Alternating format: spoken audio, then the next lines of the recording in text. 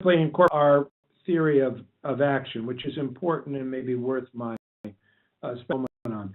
So our is inequity in child development and education outcomes, and this, of course, connect directly to the circumstances and opportunities that we described. So if we want to change those outcomes, we must dramatically redesign our systems of child development and education. So that's our basic premise. Our section is, if we personalize supports and services, start early childhood, we tailor instruction to meet every child's needs, we break health and social services with schools more tightly than we do now, and we provide access for all to high-quality expanding learning and enrichment opportunities, ensure that children, all children, and all means all, much fairer opportunity to achieve success in education and in life. Making a claim that this is a unique theory of action or a new idea, but in light of now 25 years of data, that what we've been doing in education reform has yielded only modest progress in terms of outcomes. For example, scores, if we showed those, almost flat, a very modest increase. That if we're serious about developing our education reform strategy based on data, we begin to think more broadly of systems of support and opportunity to meet children where they are and give what they need. Next is Section Redesign Lab has an integrated strategy that includes several components. One is advocacy, just making the case, as I've just been doing with you, that this is a conversation we need to have. Our belief is we need a 21st century design charrette, if you will. We need to be thinking about building out our systems of child development and education to address the challenges that the data show us we have not met in educating all of our children to a high standard. So making the case to take a clear look at poverty, making the case to think about breaking the boundaries of space and time that have us locked in our basic 19th century school model, arguing for different elements of policy that will make it easier for practitioners to realize some of these goals. That's an important part of what we do. Research component. We look at best practices, people who are doing this work well. And the good news is there are a lot of people who are integrating health and social services effectively with a school or several schools, and even sometimes a school system. There are other people who are doing well on extended learning time, after school services, or summer learning opportunities. But usually these situations exist or in silos separately. They're not scaled. They're not done at a systemic level where these access to these opportunities and supports become entitlement and available to all who need them. So we're looking at examples of effective practice and where people have made substantial progress in scaling them. And finally, doing field work of our own. To keep us honest in the process, we're working with a single state, the state of Illinois, on a partnership with the Pediatricians Association and the State Teachers Union to bring together medical services and education services in a number of low-income districts. And working with 6 cities across the country in a major initiative which Bridget will describe, By All Means. By All Means is an initiative that seeks to, with mayors, superintendents, and children's cabinets, to build out the services and supports that I described. Ultimately, we also see a role for ourselves in building the field. In other words, convening and bringing together those who do this kind of work, cultivating leadership in this field for this kind of collaborative work that happens in communities, organizing the field for the kind of technical assistance and professional development that people on the ground need to do this work, and thereby creating a movement. We think actually in the solution of this country and in current times politically, this is just the right community-based work to do, where we have local communities, their mayors, their superintendents, the leadership of those communities, basically redefining a social compact with our families and with our children to do everything we can, by all means, whatever it takes, to give the kind of support and nurturance, opportunities, and personalized education that those of us who have privilege routinely provide to our own children. But it's the exception rather than the rule for kids who grow up with significant disadvantages. So that's where we are, and let me, the slide please, again outlines in depth some of that work I described, so you can have a look at that. And then next slide, please. I will turn it over to Bridget, who will give you a little more depth on the By All Means initiative. So as Paul described, By All Means is one of our signature pieces of field work that we launched just about a year ago, and it's a consortium of 6 cities that you hear on the map: Oakland, Louisville, Providence, 3 Massachusetts cities, Newton, Salem, and Somerville, that we are working in partnership with to put acceleration and lift to the work they are locally around a comprehensive approach to reforming the systems that are providing child well-being and education services to their kids. So each of these 6 cities brings a team here to the Harvard Graduate School of Education year over these 2.5 years for a total of 5 convenings with a team of senior leaders from municipal agencies, nonprofits, community-based organizations, and in some cases, philanthropies as well. And these teams come for innovative inputs, for concentrated team time, for networking amongst the cities, as well as to draw expertise of the Harvard faculty here. These then are morphed back into children's cabinets in each of their own locales that oversee the work. And the children's cabinet is a signature, is an important piece of the structure of By All Means, because it's a body of decision makers that crosses silos, that meets regularly to address barriers to the work that each of these cities has identified. We provide a part-time consultant to each of these cities that really works as a facilitator to support the work of the cabinet. These consultants also work as a team, so we draw on each of their expertise as needed as particular issues come up in each of our cities. And to complement the field work, we also have, as Paul mentioned, the research work is an important piece of the lab's work and an important piece of By All Means. So colleague Lynn Sachs heads up the research arm with documenting the work of each of these cities through a series of site visits, as well as helping you set metrics and measures focused on initiative that they're working on in particular, and helping cities to track progress towards those metrics. Could you go to the slide, please, Delano? So this gives highlights of the By All Means initiative, a nice photo of our teams there. Part of what we've observed, and we'll talk a little bit about our insights later, is just that there is real power to being with others that are working on this across the nation. And so this photo kind of captures a piece of that. So in addition to the research, we also have policy work that is that we're beginning with each of our cities, having notice from each of the cities convene with here at the lab to talk about potential areas of common interest in terms of potential policy recommendations or barriers that policy could address. Next.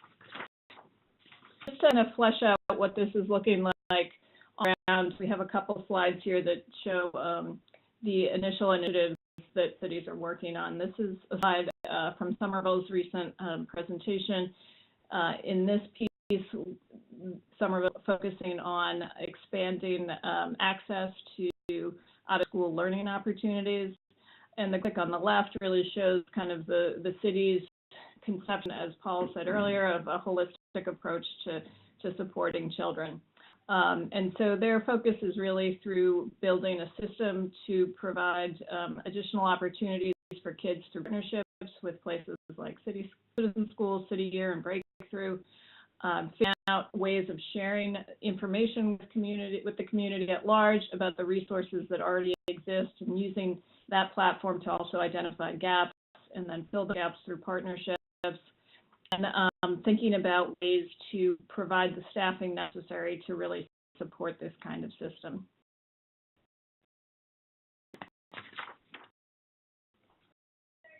Here, example, this is from Providence, and in this slide, this by all means is really seated in a citywide goal of only increasing excellent education, but that fits within job and economic opportunity, as well as the mission of a thriving community. So within that, the city sees this as an important initiative that focuses, they have initiatives within that focus on each of the three pillars that Paul spoke about, personalizing the learning experience for students, addressing actual time needs, particularly with a focus on the issue of summer slate, and then thinking about the social and emotional learning needs of students. And you can see how they're thinking about all in the service of ultimately improving student achievement. So, as you think about some emerging insights, some of these things won't be surprising, but they definitely have been highlighted through our work. One is, as I mentioned earlier, the power of a network, the ability to draw on experiences and knowledge of other colleagues across the country, as well as the struggles, and both through kind of more formal sessions where cities are sharing their work, but also in the kind of shoulder times at these convenings where folks can really get to know one another. And we've seen evidence of that just by the way with which members are just informally on their own connecting with others in other cities as they're facing quite challenges around the work, sort of organically happening. The thing that won't be surprising, but again has really been highlighted for us, is that having space and time as a team to think about these experiences off-site has consistently been something that city teams have reported to us as being really invaluable. And, whether teams are coming from 3 miles away in Somerville or across the country in Oakland, this holds true for both. And Paul will speak a little more about this. Is just not only within this By Means consortium, but more broadly, just there is great appetite for conversations that are holistic and more nuanced and inclusive of all of the needs of kids, including policymakers, union leaders, families, across the board. So that's been heartening. Do we have the next, Delano? Speak a little about the next steps for our work and some places that we're hoping that you'll be able to give us some input. The next steps in our work in the city is we're, we've set up things in the cities in terms of identifying this whole initiative and how we'll work together. We assisted and supported the communities in coming together and initially meeting and devising plans. Now we're simply going to deepen that work in support of them on site. We're going to help with them partnerships, particularly with national organizations that they might not ordinarily be in touch with faculty and other experts that we're aware of around the country who might be helpful to them. We are willing to assist them in going public and engagement processes. For example, the City of Providence is having a summit on their work in the By All Means initiative that we'll be participating in. Where we participate in helping them raise funds for the work because those become important at the local level. The thing is identifying policy barriers and opportunities. And here I would describe it as not just policy barriers, but barriers generally. we do something we call impediments research, where we look at those things of a political nature, of a financial nature, of a policy nature, of a cultural nature, of a practical nature that get away of the scaling of the sorts of systems that we've been describing. So some of our research agenda will focus on that. And we're constantly on the lookout for what's getting in the way of communities doing what they want to do for their children at scale. Identify those barriers, they have a hope of coming at them from the standpoint of policy or practice, or developing further research that needs to be done in order to eliminate the barriers.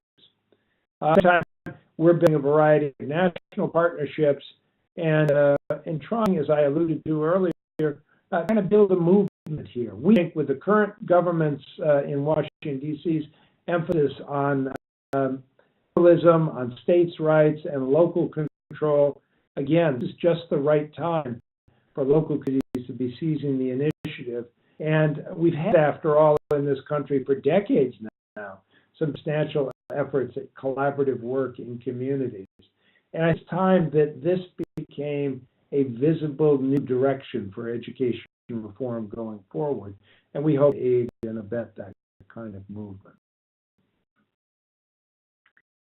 Great. So we're going to help facilitate this section, but there are two areas that we're interested in getting input from all of you around this issue of and collaborators. ARC really relies on collaboration with others in the field that have expertise in these three content areas: student-centered learning, expanded learning opportunities, and integrated services. So we're looking for suggestions for allies in this work, and as well as communities that you might know of that are really exemplars of this systems approach. So Delano, I'm going to let you do the facilitation at this point. Thank you so much, Paul and Bridget, for that amazing presentation. At this time, we want to open up the floor for questions or comments, anything that sparked a thought throughout the presentation that you want to share, or a question that you may have for Bridget or Paul at this time. This will be the time for you to chime in. And the way you can do that is if you look at the bottom of your screen on the right-hand side, there's hand. It says raise hand. If you press that button, I'll unmute you and give you the floor to ask that question. But before I get there, I want to get questions that came in through the question box from one from Cricket Fuller. I'm sorry I didn't pronounce your name right. But the question is, do you hope to identify more cities or regions, and what criteria do you have for selecting or inviting them to participate? And that's part of that question is, have you thought about working in more rural areas? Yeah, questions, all three of them. So let me tackle those. Number one, we are thinking about more communities, but we're right in the middle of our first batch. So it depends on this first batch and how much time beyond the 2.5 years limit that we have set with them that they might need. So one consideration is, are we going to extend the work with this particular group? And is, would we do a second cohort? Our commitment, we don't aspire to be a large-scale provider and do this in dozens and dozens of cities. We view cities that we're in as laboratories doing this work. And conceivable that we will pick a next cohort of laboratories that will in part depend on our capacity to attract funding and support to do that. We're interested in rural communities. By all means, there are a number of people have come to us in recent months and said, 20% of our population nationally, of our student population, living in rural communities, and these sort of collaborative impact projects really apply when you're dealing in a very different geography, demographics, and local asset situations that are presented by communities in rural areas. So we are actually making some fledgling efforts in that area. It's not an area where, in all humility, we have much expertise, but it's something we're beginning to explore. We're interested in how this model might apply there. Thank you. I have a question here from Rob Lippincott, but I also see that you raised your hand, so I'm just going to unmute you, and you can ask the question if you would like. So you have. Much. My question is simply that in my experience, in Pittsburgh, what's called Remake Education has at least what I would call an exemplary backbone organization who has provided a kind of a through line for almost a decade to together new organizations, much as you've suggested. Are you aware of other kind of examples and that part of the research in terms of the community action model and the integration across health and services organizations as well as education? Right. We are aware of other models, and there are actually some very interesting studies going on now about just this whole movement toward collective impact generally. So I would commend you to the work of Jeffrey Hennig and Michael Rebell at Columbia University, who've been doing some work for the Wallace Foundation on what we call, I think, collaborative impact work. It traces the history of this kind of work and some of the major providers.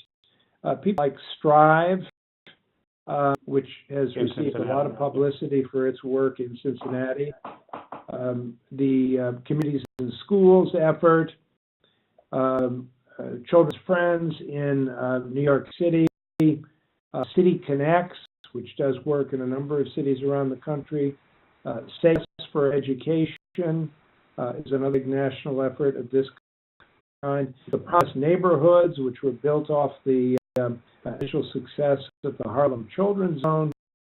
There's a lot of work of this kind going on, which is why I think we've already got a movement moving in this direction, but we've got a lot to learn from one another. Sure. Sorry, a quick follow-up on that is, do you find this is either easier or more effectively implemented at the early childhood age? You talk about 30 million word gap, and therefore integrating preschool and pediatricians might be easier. Or the high school, where the sort of big transition to college, or at middle school, where so many school buses hit a bump and all the girls fall out. I think that there are a number of things that happen in early childhood that give us more flexibility in working in some ways that we've described. For example, there is more tradition in early childhood of family engagement. There's typically children spending more time full-time early childhood care. It tends to be fewer boundaries to reaching out for health and mental health kinds of services. So I think in K-12, we have a lot to learn from what happens in early childhood. I think what comment that was made earlier about the importance of a backbone organization is critically important, and so that backbone organization will make it possible, I think, to develop specifically tailored interventions to each stage along the educational trajectory, because I don't think we can. Early childhood is enormously important, and all the data that we see, whether it's from neurology or from education, will show us that that's critically important. And so an investment there, I think, is of primary importance. But what we're interested in doing is making sure that every child, every day, in every year of their education, comes to school genuinely ready to learn. Analyses of education reform has been, we have to optimize schools, and if we can get schools right, we can get curriculum and instruction right during 6.5 hours a day that we typically do instruction in a typical urban K through 12 school, that they'll make everything else level, that put everybody on the same playing field. Well, we're going to be data driven. We now have the data, and we see that even in the states where we've been doing this well, in Massachusetts, we've been doing pretty well. We have huge, persistent, deep achievement gaps that have not been addressed by using this strategy alone.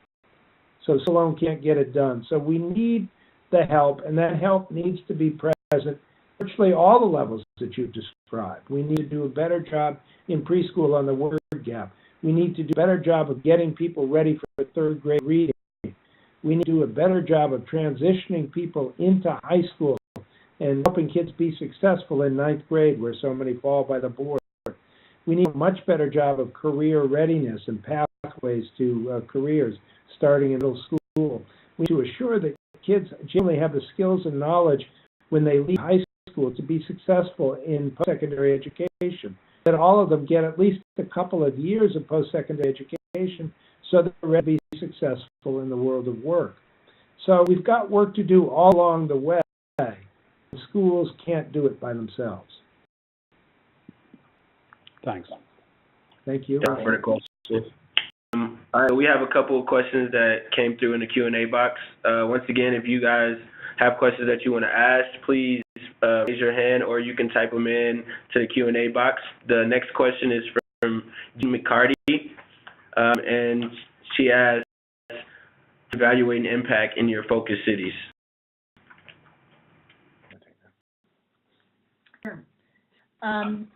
So a great question, and through the help of the research team, we've been identifying baseline data that corresponds to each of the initiatives. So our challenge has been to think about both the particular initiative that cities are working on, but then what can we look at that might be common across all of the cities. So that's what we're currently looking right now. I'll give you a couple of examples we were just talking about today. Louisville, for instance, is focusing on behavioral health, and one of the measures that they're interested in looking at is engagement, student engagement, as well as a reduction in the rates of suspensions for kids. And those are two very different kinds of data to be collecting, and they do have some student self-report surveys that they use around engagement and belonging that they already have in place that they'll be using to track some of the effectiveness of their work. But that's one place. And so we're working with each of the cities to identify these measures that relate directly to their initiative, but then also looking to see what is from these 6 as common indicators. One that we've spoken about as a possibility would be around attendance as a proxy for a number of different issues that children are facing. So it could be issues around school readiness, around nutrition, around stability in terms of their housing. It could have to do with learning issues at school that, if you peel back, what are the issues that are keeping kids from attending school regularly? That's the direction that we're headed in, but that's very much on the kind of forefront of our work with the cities right now. I might back on that just a moment in 2 ways. One is to say, as I mentioned earlier, these are laboratories as we see them.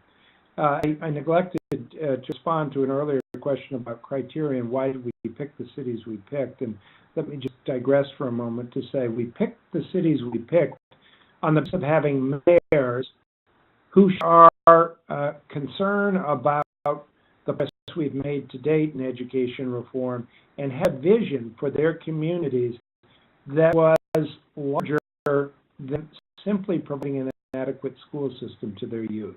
In other words, there are mayors who said, the success of my community depends on my young people being successful. In order to make young people successful, I've got to provide a high-quality school system, but on top of that, I've got to provide the supports and opportunities, the wraparound services and opportunities that will enable them to be a comparable platform with children who grow up in the affluent suburbs. So we look first and foremost for mayors because mayors have the authority to preside over the different jurisdictions and the different silos that need to be brought together to support the work that goes on in schools. We also look for collaborative superintendents who did not view the school department as a silo in itself or a fortress to be protected, but rather wanted actively to work with the communities. And there had to be communities that had some track record of doing this work. So to get back to the earlier question, how do we evaluate it? part of work in developing these laboratories is to try and figure out where top-down meets bottom-up. We don't have a template for the new engine here at Harvard where we've figured out what it would take to do what needs to be done and are saying to communities, if you implement this model, as many philanthropists say to people these days, you will be successful, and that's what we want you to do. But rather, we're saying we want you to work in broader systems development domain where you're trying to build out these systems of opportunity and support that will enable every child to be successful in school. So now context matters, and the approaches that you'll take in local communities will be adapted to that community. We don't on one hand want to say, just let 1,000 flowers bloom and do whatever you want, but we on the other hand want to say, here's what you've absolutely got to do. So we're kind of figuring this out as we go along as well, trying to identify the common metrics, trying to be clear on what we expect to happen in every place, but at the same time allowing for the differentiation that is the richness of local communities, local culture, and their history.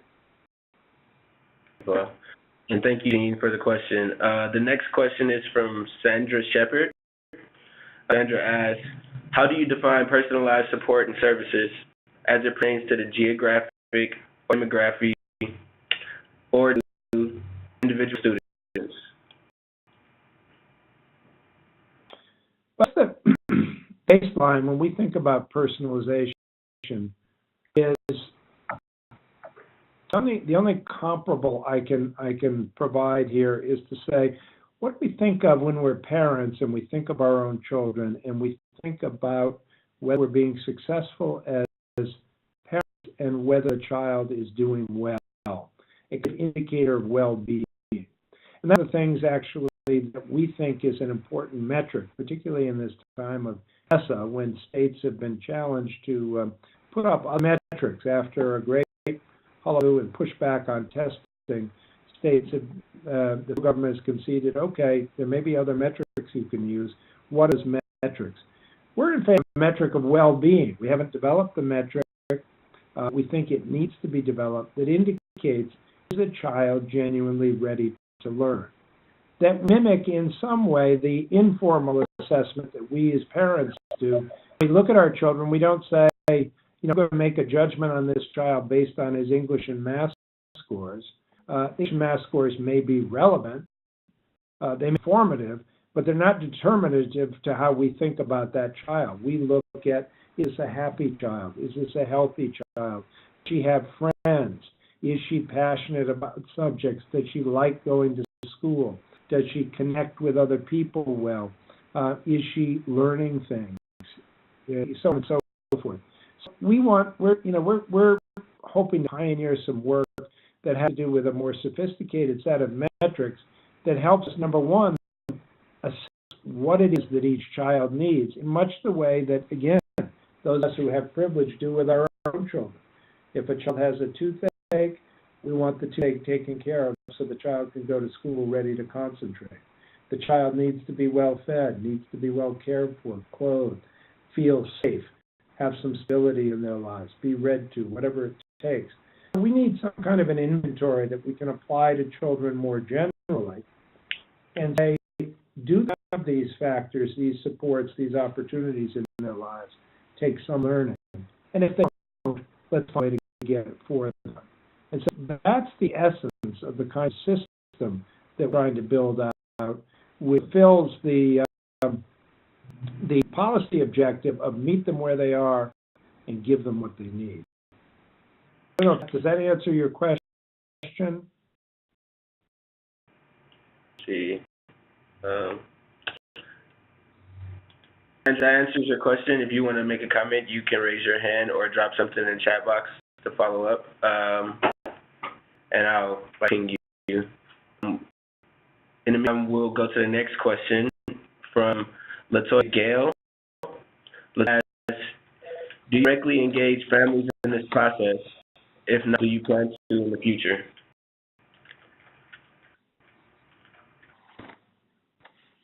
Thanks, Latoya. We spent a lot of time thinking about the community engagement piece of this work. so in terms of the teams that cities bring, there are representatives from community-based organizations. I don't know off the top of my head if there's somebody who actually is leading some kind of parent or family group. We certainly do have reps that connect with and bring the voice of parents and families to the work. Part of the implementation work that cities are engaged in at this point is thinking about how to effectively engage with the community through the planning process as well as the implementation process. So, you know, as Paul mentioned, we think of our work as a learning lab, and part of that is cycle of iteration. So trying to impart that to our cities as well as they're working on developing solutions to really be working closely with the folks on the ground who will be most affected by this work. And what in the current climate that we're in, the idea that this work could be sort of a government and institutional solution, I think is just unworkable. We can't think of this as work that is done to families and children, but it has to be work that is done with them. Because first of all, the track record isn't there, being successful at all these kinds of things. And certainly, more importantly, families are the primary supports and educators of our children, and we need a much richer, deeper partnership with them. How to make that work, how to systematize that, how to allow differences in what families are able to do. I mean, that's a big part of developing a personalized system. Thank you for the question, Latoya. Sandra said that you didn't answer the question, so she said. That's good to hear. We have another question from Cricket Fuller. How would you compare this work to the community schools work or the Strive Together initiative or anything similar? Well, communities and schools and Strive have been at this work for a long time. They're highly developed networks, national networks of doing this work. I mean, communities and schools, for example, has been at this for 40 years. So we're not a large-scale provider like that. We're a relatively new organization in the field. We got a dozen communities and a state. Those are our laboratories. We're more about the articulating the message here and broadcasting that more generally, of reaching the effective practice and the barriers to implementation, about helping to organize the field, about moving advocacy and policy on this work nationally, and really supporting the work of people in communities and schools, Strive, who are in the field, and doing our best with them to help bring more national attention to that work and create a movement. Thank you, and thank you, Cricket. All right, I think we have one more question from Sandra.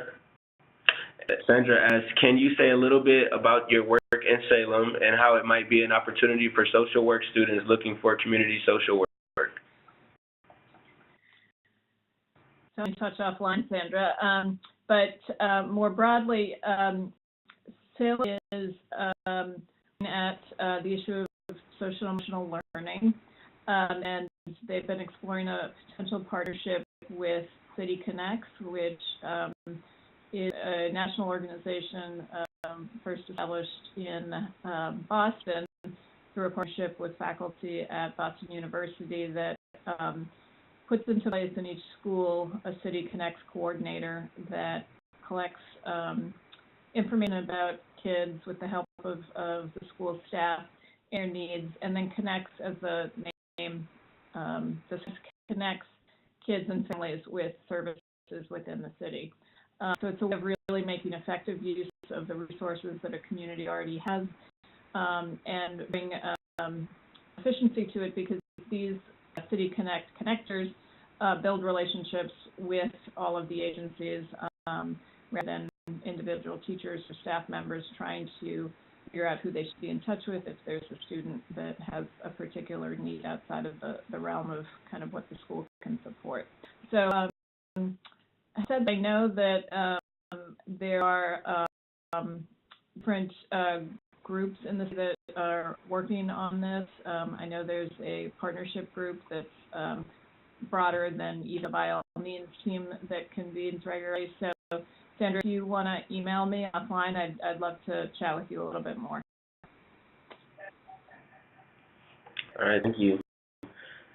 Right now we're at 3:57. The session ends at 4. So at this time, if you have any question that you feel like you were one that you didn't get a chance to ask yet, this will be the time to raise your hand or drop that question in the chat box. I think we have. Oh, and Sandra said thank you. I'll give you guys like 30 seconds to respond to that. Any comments, anything you have, input you might have for Paul? Well, Delano, I just say, I think this is critically important work now. We launched into the 20th century, and we're launched into the 21st century, and we're doing so with an early 20th century model of education that's a kind of one-size-fits-all that's already proven it's incapable of getting all of our students ready for success. So opportunity advocates like yourselves in the field now to have a different, broader discussion about what it'll take to get this job done. We want to play a catalytic role in that conversation here at the Education Redesign Lab. But it's folks like yourselves out in the field doing work day to day that can make this real on a on the ground basis. So delighted to have had the opportunity to talk with all of you. Great. So just came in. So thank you to Paul and Bridget for your time. This is amazing, really engaging. Thank you to everyone who participated and asked questions. We'll share out the deck with you all in a follow-up email. I'll be expecting that pretty soon. So in the beginning of the call, this is the Voices from the Field. We'll be hosting it on the second Tuesday of the month. The next session will be March 14th. We'll hear from Joe Restudia from the Trauma and Learning Policy Initiative on the 101 of trauma and how it impacts students' learning, relationships, and behavior at school.